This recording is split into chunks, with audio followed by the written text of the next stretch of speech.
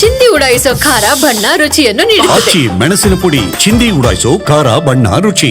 CM Siddaramaiah ನೇತೃತ್ವದಲ್ಲಿ ಸಂಪುಟ ಸಭೆ ನಡೆಯುತ್ತೆ. ಸಭೆಯಲ್ಲಿ ಜಾತಿ ಜನಗಣತಿ ವರದಿ ಬಗ್ಗೆ ಗಂಭೀರವಾದಂತ ಚರ್ಚೆ ಮಾಡಲಾಗತ್ತೆ. ಕೇಂದ್ರ ಸರ್ಕಾರ ಜಾತಿ ಗಣತಿಯನ್ನ ಘೋಷಿಸಿದ್ದರೂ ಸಭೆಯಲ್ಲಿ ಚರ್ಚೆಯನ್ನ ಮಾಡಲಾಗತ್ತೆ. ಜಾತಿ ಗಣತಿಗೆ ಲಿಂಗಾಯತ ಒಕ್ಕಲಿಗ ಶಾಸಕರ ವಿರೋಧ ಬೇರೆ ಇದೆ. ಆ ಹಿನ್ನೆಲೆಯಲ್ಲಿ ಎಲ್ಲ ಸಚಿವರಿಗೂ ಲಿಖಿತವಾಗಿ ನಿಮ್ಮ ಅಭಿಪ್ರಾಯವನ್ನ ತಿಳಿಸಿ ಅಂತ ಈ ಹಿಂದೆ ಸಿಎಂ ಸೂಚಿಸಿದ್ರು. ನಿಮ್ಮ ಅಭಿಪ್ರಾಯಗಳಿಗೆ ಏನಿದೆ, ಜಾತಿ ಗಣತಿ ಬೇಕಾ ಬೇಡವಾ, ಯಾಕೆ ಬೇಕು ಯಾಕೆ ಬೇಡವಾ, ಅದೆಲ್ಲದ್ರ ಬಗ್ಗೆಯೂ ಕೂಡ ನಂಗೆ ಲಿಖಿತ ರೂಪದಲ್ಲಿ ನೀವು ಮಾಹಿತಿಯನ್ನ ಕೊಡಿ ಅಂತ. ಯಾಕಂದ್ರೆ ಮೀಟಿಂಗ್ನಲ್ಲಿ ಒಂಥರ ಹೇಳ್ಬೋದು, ಹೊರಗಡೆ ಬಂದು ಸಮುದಾಯದ ಮುಂದೆ ಇನ್ನೊಂಥರ ಹೇಳ್ಬೋದು. ಸೊ ಆ ಕಾರಣಕ್ಕಾಗಿ ಈ ಲಿಖಿತ ರೂಪ ಅನ್ನುವಂಥ ಒಂದು ಅಸ್ತ್ರವನ್ನು ಕೂಡ ಪ್ರಯೋಗ ಮಾಡಿದ್ರು. ಇವತ್ತು ಅದ್ರ ಬಗ್ಗೆ ಚರ್ಚೆ ಆಗತ್ತೆ. ಈವರೆಗೆ ಕೇವಲ 11 ಸಚಿವರಿಂದ ಮಾತ್ರ ಲಿಖಿತ ರೂಪದಲ್ಲಿ ಅಭಿಪ್ರಾಯ ಸಲ್ಲಿಕೆ ಮಾಡಿದ್ದಾರೆ. ಬೇಕೇ ಬೇಕು ಅಂತ, ಬೇಡವೇ ಬೇಡ ಅಂತ ಕೇವಲ 11 ಸಚಿವರು ಮಾತ್ರ ಲಿಖಿತ ಅಭಿಪ್ರಾಯವನ್ನ ಜಾತಿ ಗಣತಿ ವಿಚಾರಕ್ಕೆ ಸಂಬಂಧಪಟ್ಟಂತೆಗೆ ಸಿಎಂಗೆ ತಮ್ಮ ಅಭಿಪ್ರಾಯವನ್ನ ಸಲ್ಲಿಕೆ ಮಾಡಿರೋದು. ಆದರೆ ಲಿಂಗಾಯತ ಸಚಿವರಿಂದ ಒಂದೇ ಒಂದು ಲಿಖಿತ ಅಭಿಪ್ರಾಯ ಸಲ್ಲಿಕೆ ಆಗಿದೆ.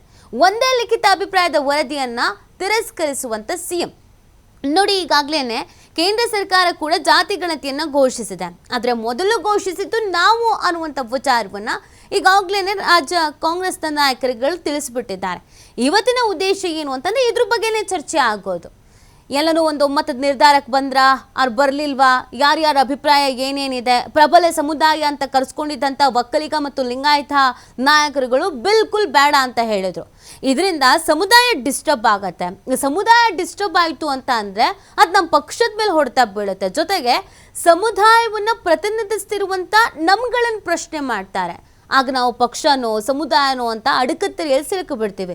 ಸದ್ಯಕ್ಕೆಲ್ಲವೂ ಸ್ಮೂತಾಗಿ ಹೋಗ್ತಾ ಇರಬೇಕಾದ್ರೆ ಜಾತಿ ಗಣತಿ ವರದಿ ಈ ವಿಚಾರ ನಮಗೆ ಬೇಕಾ, ಇರ್ಲಾರ್ದಂಗೆ ಇರುವೆ ಬಿಟ್ಕೊಳ್ಳೋದು ಬೇಕಾ ಅನ್ನೋ ಪ್ರಶ್ನೆಯನ್ನು ಮಾಡಲಾಗಿತ್ತು. ಆದ್ರೂ ಸಿದ್ದರಾಮಯ್ಯನವರು ಇದನ್ನು ತೀರಾ ಪರ್ಸನಲ್ ಆಗು ತೆಗೆದುಕೊಂಡಿದ್ರು. ತನ್ನದ ಅಧಿಕಾರದಲ್ಲಿ ಇದಾಗಲೇಬೇಕು ಅಂತ. ಈಗ BJP ಆಲ್ರೆಡಿ ಕೇಂದ್ರ ಸರ್ಕಾರ ಘೋಷಣೆ ಮಾಡಿದ್ರು ಕೂಡ ತಾವು ಮುಂಚಿತವಾಗಿ ಏನೇನು ಪ್ಲಾನ್ ಮಾಡ್ಕೊಂಡಿದ್ರು ಆ ಪ್ಲಾನನ್ನು ಹಾಗೆ ಮುಂದುವರಿಸ್ತಾ ಇದ್ದಾರೆ. ಬಿಡು ಕೇಂದ್ರದವರು ಅನೌನ್ಸ್ ಮಾಡಿದಾರಲ್ಲ ಅಂತ ಸುಮ್ಮನಾಗಿಲ್ಲ. ಇಲ್ಲೊಂದಷ್ಟು ಲೆಕ್ಕಾಚಾರಗಳು ಕೂಡ ಇದೆ. ಇದೆಲ್ಲದರ ನಡುವೆ ಯಾರ್ಯಾರು ಬೇಕು ಅಂತಿದ್ದೀರೋ, ಯಾರ್ಯಾರು ಬೇಡ ಅಂತ ಅಂತಿದ್ದೀರೋ, ನಿಮ್ಮ ಅಭಿಪ್ರಾಯಗಳು ಏನಿದೆಯೋ ಆ ಅಭಿಪ್ರಾಯಗಳನ್ನು ನನಗೆ ಲಿಖಿತ ರೂಪದಲ್ಲಿ ನೀವುಗಳು ತಿಳಿಸ್ಬೇಕು, ಬರವಣಿಗೆ ಮುಖಾಂತರವಾಗಿ ಅಂತ ಹೇಳಿ. ಕೇವಲ 11 ಬಂದಿದೆಯಂತೆ ಲಿಖಿತ ರೂಪದಲ್ಲಿ ಅಭಿಪ್ರಾಯಗಳು. ಲಿಂಗಾಯತ ಸಚಿವರು ಸಲ್ಲಿಸಿದಂಥ ಏಕ ಲಿಖಿತ ಅಭಿಪ್ರಾಯ ಏನು ಅನ್ನೋದೊಂದು ಈಗ ಕುತೂಹಲ. ಲಿಂಗಾಯತ ನಾಯಕರುಗಳಿಂದ ಏಕ ಲಿಖಿತ ಅಭಿಪ್ರಾಯ ಮಾತ್ರ ಬಂದಿರೋದು. ಹಾಗಾದ್ರೆ ಆ ಅಭಿಪ್ರಾಯ ಏನು? ಕಾಂತರಾಜು ವರದಿ ಬಗ್ಗೆ ಎಲ್ಲರ ಆಕ್ಷೇಪವೂ ಇದೆ. ಸಾರ್ವಜನಿಕರಲ್ಲಿ ವರದಿ ವೈಜ್ಞಾನಿಕವಾಗಿಲ್ಲ ಎಂಬ ಅಭಿಪ್ರಾಯವೂ ಇದೆ. ಸಾರ್ವಜನಿಕರಲ್ಲಿ ಇರುವಂತ ಗೊಂದಲ ಮೊದಲು ಬಗೆಹರಿಸಬೇಕು. ವಿಧಾನಸಭಾ ಕ್ಷೇತ್ರವಾರು 10% ಸಮೀಕ್ಷಾ ಮಾದರಿಯನ್ನು ಸಂಗ್ರಹಿಸಬೇಕು. ರ್ಯಾಂಡಮ್ ಸಮೀಕ್ಷೆನ ನಡೆಸಿ ಮೂಲ ದತ್ತಾಂಶಕ್ಕೆ ಹೋಲಿಕೆಯನ್ನ ಮಾಡಬೇಕು. ಕಾಂತರಾಜು ವರದಿ ಮೂಲ ಪ್ರತಿ ಇಲ್ಲ ಅಂತ ಜಯಪ್ರಕಾಶ್ ಹೆಗ್ಡೆ ಹೇಳಿದ್ರು. ಈಗ ಕೇಂದ್ರ ಸರ್ಕಾರವೇ ಜಾತಿ ಜನಗಣತಿಯನ್ನ ಮಾಡ್ತೇವೆ ಅಂತ ಘೋಷಿಸಿದೆ. ಆ ಗಣತಿ ವರದಿ ಬರಲಿ, ಬಳಿಕ ಅದರ ಆಧಾರದ ಮೇಲೆ ಮೀಸಲಾತಿಯನ್ನು ನಿರ್ಧರಿಸಿ. ಸಿಎಂಗೆ ಒಂದೇ ಪತ್ರದಲ್ಲಿ ಎಲ್ಲ ಲಿಂಗಾಯತ ಸಚಿವರ ಅಭಿಪ್ರಾಯ ಮಂಡನೆ ಆಗಿದೆ. ಸಚಿವರ ಏಕಪತ್ರ ಅಭಿಪ್ರಾಯವನ್ನ ತಿರಸ್ಕರಿಸಿರುವಂತ ಸಿಎಂ. ಹಾಗಾಗಿ ಇಂದಿನ ಸಂಪುಟ ಸಭೆಯಲ್ಲಿ ಇದ್ರ ಬಗ್ಗೆ ಗಂಭೀರವಾದಂಥ ಚರ್ಚೆ ಆಗತ್ತೆ. ಇವತ್ತಿನ ಸಚಿವ ಸಂಪುಟ ಸಭೆಯಲ್ಲಿ ಪ್ರಮುಖವಾಗಿ ಇದ್ರ ಬಗ್ಗೆನೇ ಚರ್ಚೆ ಮಾಡ್ತಾರೆ. ಲಿಂಗಾಯತ ನಾಯಕರುಗಳು ಸಲ್ಲಿಸಿರುವಂಥ ಲಿಖಿತ ರೂಪದ ಮನವಿ ಏನಿದೆ ಅಥವಾ ವಿಚಾರ ಮಂಡನೆ ಏನಿದೆ ಅದನ್ನು ಸಿಎಂ ಆಲ್ರೆಡಿ ತಿರಸ್ಕರಿಸ್ಬಿಟ್ಟಿದ್ದಾರೆ. ಇದಾಗಲ್ಲ ಹೀಗೆ ಅಂತ. ಹೀಗಿರಬೇಕಾದ್ರೆ ಲಿಂಗಾಯತ ನಾಯಕರು ಇವತ್ತು ಅದಕ್ಕೆ ಪರವಾಗಿ ಅದಕ್ಕೆ ಸಂಬಂಧಪಟ್ಟಂತೆಗೆ ಇನ್ನೊಂದಷ್ಟು ವಿಚಾರವನ್ನು ಮಂಡಿಸ್ಬೋದು. ಸಿಎಂ ಮನವೊಲಿಸುವಂಥ ಪ್ರಯತ್ನವನ್ನು ಮಾಡ್ಬೋದು. ಸಿಎಂ ಬಿಲ್ಕುಲ್ ಆಗದೇ ಇಲ್ಲ ಅಂತ ಹೇಳಿರೋದ್ರಿಂದ ಇನ್ನು ಏನು ಸೂಚನೆಯನ್ನು ಕೊಡಬಹುದು, ಇದು ಕೂಡ ಪ್ರಶ್ನೆ ಇದೆ. ಹಾಗಾಗಿ ಟೋಟಲ್ ಆಗಿ ಈ ಜಾತಿ ಜನಗಣತಿಯ ವಿಚಾರಕ್ಕೆ ಸಂಬಂಧಪಟ್ಟಂತೆಗೆ ಇವತ್ತು ಒಂದು ಗಂಭೀರವಾದಂಥ ಚರ್ಚೆ ಆಗತ್ತೆ. ಬಟ್ ತಾರ್ಕಿಕ ಅಂತ್ಯ ಕಾಣುತ್ತಾ, ಇದೊಂದು ಪ್ರಶ್ನೆ. ಇಷ್ಟು ದೊಡ್ಡ ವಿಚಾರಕ್ಕೆ ಒಂದು ಸಚಿವ ಸಂಪುಟ ಸಭೆಯಲ್ಲಿ ತಾರ್ಕಿಕ ಅಂತ್ಯ ಕಾಣಿಸ್ಬಿಡ್ತಾರಾ? ಒಪ್ಕೊಬಿಡ್ತಾರ ಎಲ್ಲರೂ ಸಿಎಂ ಹೇಳಿದ್ದಕ್ಕೆ? ಅಥವಾ ಸಿಎಂಗೆನೆ ಒತ್ತಡ ಹೆಚ್ಚಾಗತ್ತಾ? ಎಲ್ಲರೂ ಹೇಳ್ದಂಗೆ ಮಣಿಬೇಕಾದ ಪರಿಸ್ಥಿತಿ ಸಿಎಂಗೆ ಬರುತ್ತಾ? ಏನಾಗುತ್ತೆ ಅನ್ನೋದೊಂದು ಕುತೂಹಲ ಇದೆ. ಇವತ್ತು ಸಭೆಯಲ್ಲಿ ಗಂಭೀರವಾದಂಥ ಚರ್ಚೆಯನ್ನು ಈ ವಿಚಾರಕ್ಕೆ ಸಂಬಂಧಪಟ್ಟಂತೆ ಮಾಡಲಾಗತ್ತೆ. ಒಂದು ಕಡೆಯಲ್ಲಿ ಕೇಂದ್ರ ಸರ್ಕಾರ ಅನೌನ್ಸ್ ಮಾಡಿಬಿಡ್ತು, ಸೊ ರಾಜ್ಯ ಸರ್ಕಾರ ಅಂದರೆ ನಮ್ಮ ಕಾಂಗ್ರೆಸ್ನ ಸರ್ಕಾರ ಭಾವಿಸಿರಲಿಲ್ಲ BJP ಈ ವಿಚಾರದಲ್ಲಿ ಓವರ್ಟೇಕ್ ಮಾಡುತ್ತೆ ಅಂತ ಅಂದುಕೊಂಡಿರಲಿಲ್ಲ. ಯಾಕಂದರೆ ರಾಜ್ಯ BJP ನಾಯಕರುಗಳಿಗೂ ಕೂಡ ಅದರ ಬಗ್ಗೆ ಯಾವುದೇ ಸುಳಿವು ಇರಲಿಲ್ಲ. ಹೀಗಿರಬೇಕಾದ್ರೆ ಒಂದು ಚರ್ಚೆ ಮಾಡಿ ಒಂದು ತೀರ್ಮಾನವನ್ನು, ಒಂದು ನಿರ್ಣಯವನ್ನು ತೆಗೆದುಕೊಳ್ಳೇಬೇಕಾದಂಥ ಅನಿವಾರ್ಯತೆ ಕಾಂಗ್ರೆಸ್ ಸರ್ಕಾರಕ್ಕೂ ಕೂಡ ಇದೆ. ಆದರೆ ಹೊಂದಾಣಿಕೆ ಅನ್ನೋದು, ಒಮ್ಮತ ಅನ್ನೋದು ಬರ್ತಾ ಇಲ್ಲ. ಅದಕ್ಕೆ ಸಂಬಂಧಪಟ್ಟಂತೆ ಇವತ್ತು ಡಿಸ್ಕಷನ್ ಮಾಡ್ತಾರೆ. ಒಂದು ಗಂಭೀರ ಚರ್ಚೆ ಮಾಡಿ ಏನು ನಿರ್ಧಾರ ಫೈನಲಿ ಔಟ್ಪುಟ್ ಹೊರಗೆ ಬರುತ್ತೆ ಅನ್ನೋದೊಂದು ಪ್ರಶ್ನೆ ಇದೆ. ಕಾದು ನೋಡಬೇಕಾಗತ್ತೆ. ಇವತ್ತಿನ ಈ ಸಚಿವ ಸಂಪುಟ ಸಭೆಯಲ್ಲಿ ಯಾವ ನಾಯಕರಿಗೆ ಏನೇನು ಹೇಳ್ತಾರೆ, ಅವ್ರ ನಿಲುವುಗಳಿಗೆ ಏನಾಗಿರುತ್ತೆ, ಇದಕ್ಕೆ CM ಒಪ್ಕೊಳ್ತಾರಾ ಅಥವಾ ಇದು ಕಬ್ಬಿಣದ ಕಡಲೆ ಆಗ್ಬಿಡತ್ತಾ, ಮತ್ತೊಂದಷ್ಟು ಸಮರಕ್ಕೆ ಕಾರಣ ಆಗತ್ತಾ ನೋಡಬೇಕು. ಈ ಬಗ್ಗೆ ಮತ್ತಷ್ಟು ಮಾಹಿತಿ ನೀಡ್ತಾರೆ ನಮ್ಮ ಪ್ರತಿನಿಧಿ ಶಿವು.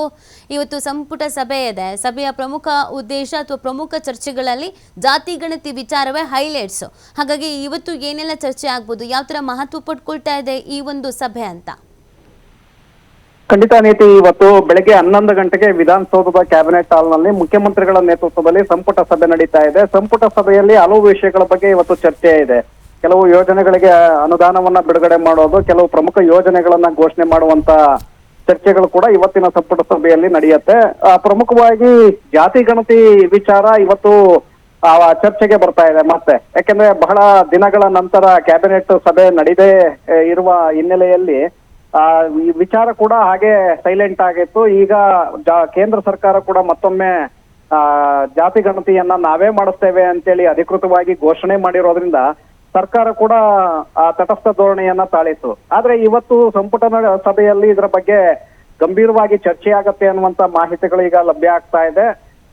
ಈಗಾಗಲೇ ಲಿಖಿತವಾಗಿ ಕಳೆದ 1 ತಿಂಗಳ ಹಿಂದೆ ನಡೆದಂತಹ ಸಂಪುಟ ಸಭೆ ಸಂದರ್ಭದಲ್ಲಿ ಎಲ್ಲಾ ಸಚಿವರಿಗೂ ಕೂಡ ಜಾತಿ ಗಣತಿ ವರದಿಗೆ ಸಂಬಂಧಪಟ್ಟಂತೆ ನಿಮ್ಮ ವೈಯಕ್ತಿಕ ಅಭಿಪ್ರಾಯಗಳನ್ನ ಲಿಖಿತವಾಗಿ ನೀವು ಸಲ್ಲಿಸಬೇಕು ಅಂತೇಳಿ ಮುಖ್ಯಮಂತ್ರಿಗಳು ಸೂಚನೆಯನ್ನ ಕೊಟ್ಟಿದ್ರು.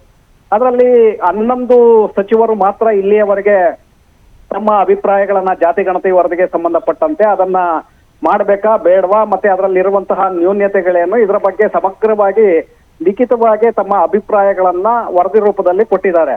ಆದ್ರೆ ಉಳಿದಿರುವಂತಹ ಸಚಿವರು ಇನ್ನೂ ಆ ವರದಿಯನ್ನ ಕೊಟ್ಟಿಲ್ಲ. ಅದರಲ್ಲಿ ಲಿಂಗಾಯತ ಸಮುದಾಯಕ್ಕೆ ಸೇರಿರುವಂತಹ ಸಚಿವರು ಒಂದೇ ಲಿಖಿತ ವರದಿಯನ್ನ ಸಲ್ಲಿಕೆ ಮಾಡಿದ್ದಾರೆ ಅನ್ನುವಂತ ಮಾಹಿತಿಗಳಿದೆ. ಆ ವರದಿಯಲ್ಲಿ ಕೆಲವು ಪ್ರಶ್ನೆಗಳನ್ನು ಕೂಡ ಅವರು ಎತ್ತಿದ್ದಾರೆ. ಕಾಂತರಾಜ್ ಅವರ ವರದಿಯನ್ನ ನೀವು ತರೋದಕ್ಕೆ ಮುಂದಾಗ್ತಾ ಇದ್ದೀರಿ, ಇದು ಅವೈಜ್ಞಾನಿಕ ವರದಿ ಅಂತೇಳಿ ಈಗಾಗಲೇ ಸಾರ್ವಜನಿಕ ವಲಯದಲ್ಲಿ ಆರೋಪಗಳು ಕೇಳಿ ಬರ್ತಾ ಇದೆ. ಸರಿಯಾದಂತಹ ದತ್ತಾಂಶಗಳನ್ನ ನೀವು ಸಂಗ್ರಹ ಮಾಡಿಲ್ಲ. ಹಾಗಾಗಿ ಪ್ರತಿ ಕ್ಷೇತ್ರವಾರು, ವಿಧಾನಸಭಾ ಕ್ಷೇತ್ರವಾರು, ತಾಲೂಕುವಾರು ಮತ್ತೊಮ್ಮೆ ನೀವು ದತ್ತಾಂಶಗಳನ್ನ ರ್ಯಾಂಡಮ್ ಸರ್ವೆಯನ್ನ ಮಾಡಿಸುವ ಮೂಲಕ ಈ ಕಾಂತರಾಜ್ ಅವರ ವರದಿಯಲ್ಲಿರುವಂತಹ ಅಂಶಗಳು ಮತ್ತೆ ಈ ರ್ಯಾಂಡಮ್ ಸಮೀಕ್ಷೆ ಮೂಲಕ ತೆಗೆದುಕೊಳ್ಳುವಂತಹ ಮಾಹಿತಿಗಳನ್ನ ತರ್ಜುಮೆ ಮಾಡಿ ನಂತರ ಕೇಂದ್ರ ಸರ್ಕಾರ ಈಗಾಗಲೇ ಜಾತಿ ಗಣತಿ ಮಾಡ್ತೇವೆ ಅಂತೇಳಿ ಘೋಷಣೆಯನ್ನ ಮಾಡಿದೆ. ಅಲ್ಲಿಯವರೆಗೂ ಕೂಡ ನೀವು ಸೈಲೆಂಟ್ ಆಗಿದ್ದು ತಟಸ್ಥವಾಗಿ ಸರ್ಕಾರ ಮುಂದುವರಿಬೇಕಾಗತ್ತೆ. ಆ ವರದಿಯನ್ನ ಸಲ್ಲಿಕೆ ಮಾಡಿದ ನಂತರ ಆ ವರದಿಯ ಜೊತೆ ಅಂಕಿಅಂಶಗಳ ಜೊತೆ ಈ ಒಂದು ವರದಿಯನ್ನು ಕೂಡ ತಾಳೆಯನ್ನ ಹಾಕಿ ನಂತರದಲ್ಲಿ ನೀವು ಈ ವರದಿಯನ್ನ ಅನುಷ್ಠಾನಕ್ಕೆ ತನ್ನಿ, ಮೀಸಲಾತಿಯನ್ನ ಆನಂತರದಲ್ಲಿ ಕೊಡಿ ಅಂತೇಳಿ ಒಂದೇ ಅಭಿಪ್ರಾಯವನ್ನ ಲಿಂಗಾಯತ ಸಮುದಾಯದ ಸಚಿವರು ಈಗ ಲಿಖಿತ ರೂಪದಲ್ಲಿ ಕೊಟ್ಟಿದ್ದಾರೆ. ಸೊ ಅದನ್ನ ಸಿದ್ದರಾಮಯ್ಯ ಅವರು ತಿರಸ್ಕರಿಸಿದ್ದಾರೆ ಅನ್ನುವಂತ ಮಾಹಿತಿಗಳು ಕೂಡ ಸಿಗ್ತಾ ಇದೆ. ಯಾಕೆಂದ್ರೆ ನಾವು ವೈಯಕ್ತಿಕವಾಗಿ ಒಬ್ಬೊಬ್ಬರ ಅಭಿಪ್ರಾಯವನ್ನ ಲಿಖಿತ ರೂಪದಲ್ಲಿ ಕೊಡಿ, ಯಾಕೆಂದ್ರೆ ಮೌಖಿಕವಾಗಿ ಸಂಪುಟ ಸಭೆಯಲ್ಲಿ ಹೇಳಿದ್ರೆ ಕೆಲವೊಂದಷ್ಟು ಗೊಂದಲಗಳಾಗಬಹುದು. ಇವರೇ ಈ ರೀತಿಯಾಗಿ ಹೇಳಿಕೆಯನ್ನ ಕೊಟ್ಟರು ಅಂತೇಳಿ ನಿಮ್ಮ ಸಮಾಜಕ್ಕೂ ಕೂಡ ಸಂದೇಶ ಹೋಗೋದು ಬೇಡ. ಹಾಗಾಗಿ ಲಿಖಿತವಾಗಿ ನೀವು ಅಭಿಪ್ರಾಯವನ್ನ ಕೊಟ್ಟಿದ್ದೆ ಆದ್ರೂ ಅದು ಗೌಪ್ಯವಾಗಿರುತ್ತೆ. ಅದರ ಆಧಾರದ ಮೇಲೆ ನಾವು ಜಾತಿ ಗಣತಿ ಅನುಷ್ಠಾನವನ್ನ, ಮೀಸಲಾತಿಯನ್ನ ತರೋಣ ಅನ್ನುವಂತ ಸೂಚನೆಯನ್ನ ಮುಖ್ಯಮಂತ್ರಿಗಳು ಕೊಟ್ಟಿದ್ರು ಅನ್ನುವಂಥದ್ದು. ಹಾಗಾಗಿ ಈ ಲಿಂಗಾಯತ ಸಚಿವರು ಕೊಟ್ಟಿರುವಂತಹ ಒಂದೇ ಒಂದು ವರದಿಯನ್ನ ಈಗ ಮುಖ್ಯಮಂತ್ರಿಗಳು ತಿರಸ್ಕಾರ ಮಾಡಿದ್ದಾರೆ ಅನ್ನುವಂತ ಮಾಹಿತಿಗಳು ಸಿಗ್ತಾ ಇದೆ. ಹಾಗಾಗಿ ಇವತ್ತಿನ ಸಂಪುಟ ಸಭೆಯಲ್ಲಿ ಇದರ ಬಗ್ಗೆ ಕೂಡ ಚರ್ಚೆ ಆಗತ್ತೆ. ಲಿಂಗಾಯತ ಸಚಿವರಿಗೆ ಮತ್ತೊಮ್ಮೆ ನೀವು ಲಿಖಿತವಾಗಿ ವೈಯಕ್ತಿಕ ಅಭಿಪ್ರಾಯಗಳನ್ನ ಸಲ್ಲಿಸಿ, ಹೀಗೆ ಒಟ್ಟಾಗಿ ನೀವು ಅಭಿಪ್ರಾಯಗಳನ್ನ ಸಲ್ಲಿಸಿದ್ದೆ ಆದ್ರೆ ಅದನ್ನ ನಾವು ಕನ್ಸಿಡರ್ ಮಾಡೋದಕ್ಕೆ ಸಾಧ್ಯ ಇಲ್ಲ. ಹಾಗಾಗಿ ನಿಮ್ಮ ವೈಯಕ್ತಿಕ ಒಪಿನಿಯನ್ ಏನಿದೆ, ಇದರ ಬಗ್ಗೆ ಪರವಾಗಿದ್ದೀರಾ ಅಥವಾ ವಿರುದ್ಧವಾಗಿದ್ದೀರಾ, ಅದರಲ್ಲಿರುವಂತಹ ಸಮಸ್ಯೆಗಳೇನು, ನ್ಯೂನ್ಯತೆಗಳೇನು, ಇದರ ಬಗ್ಗೆ ನೀವು ಡೀಟೇಲ್ ಆಗಿ ಕೊಟ್ಟಿದ್ದೆ ಆದ್ರೆ ಅದನ್ನ ನಾವು ಮುಂದಿನ ಸಂಪುಟ